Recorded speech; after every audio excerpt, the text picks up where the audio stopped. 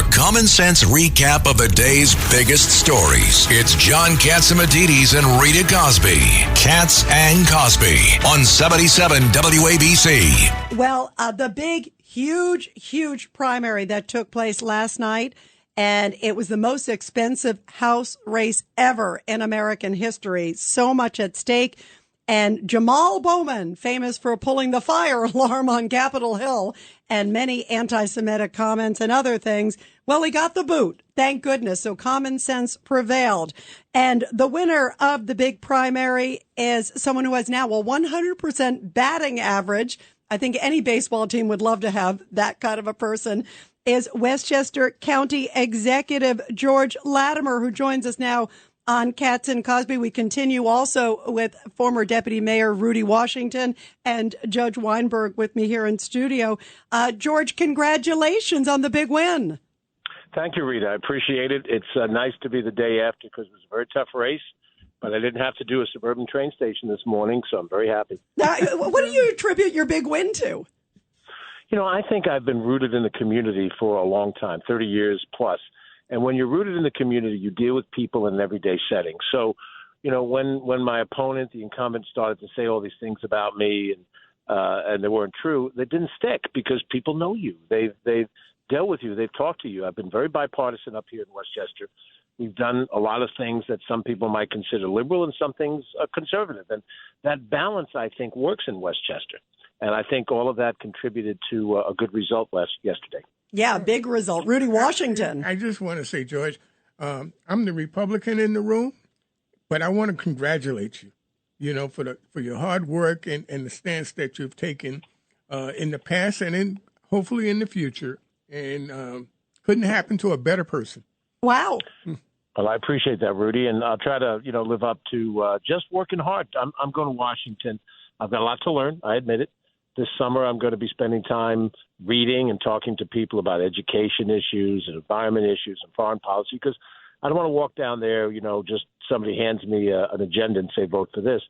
I have friends down there that I've served with in the state legislature, Hakeem Jeffries, one of your upcoming guests, Nicole Malliotakis. She and I served in the assembly together for a few years. So I have friends on both sides of the aisle, and I hope to be a productive member. You know, George, you and I have been at a lot of different veterans events. I know how much you love this country and appreciate it. And I talked to, by the way, I had on my show late at night last night from your victory party, another great friend of the show here, former New York Governor David Patterson. What do you attribute the win to? And also just obviously clearly a resounding no to Jamaal Bowman. I mean, a lot of people are seeing this as like sort of the extreme rejection because he is a member of the squad. I brought up, you know, the fire alarm, but more importantly, some of the other things that he said, which I was, you know, George, you were very clear in your support of Israel and your resounding just anger and frustration of some of the anti-Semitism and some of the comments that Jamaal Bowman made, I've just found really distasteful. I'm not Jewish, but my father grew up outside the Warsaw Ghetto, and when I hear some of the rhetoric coming from the quote so-called squad, it was very offensive. What do you attribute some of that to? And even Governor Patterson said last night he really was angry that Jamaal Bowman was playing the race card at the end too. He took some swipes at you, and he said it was inappropriate. Yeah. Yeah. One of the things that you've touched on, Rita, and of course it became the national news story, was the position on what's happening in the Middle East. And I think the position that I've articulated is really the mainstream position that most Democratic and Republican members of the House hold, which is we're a supporter of Israel, we're an ally of Israel. They have a right to exist, and they have a right to exist on defensible borders. Now, that doesn't give Israel a blank check. Nobody gets a blank check in this world. But it does mean that what's pivoted the current circumstances came when Hamas launched a terrorist attack. We've seen terrorism here in the United States.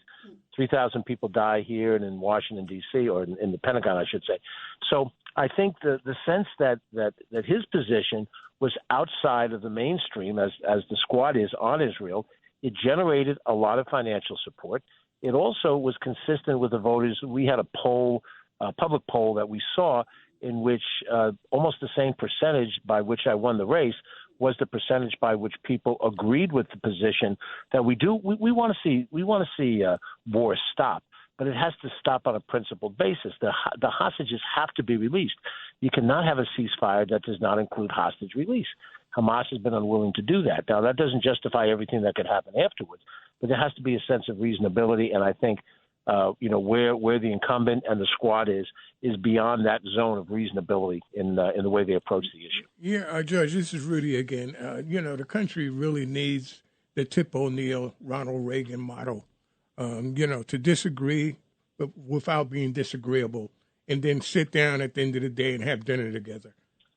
That's where the country, we really miss that.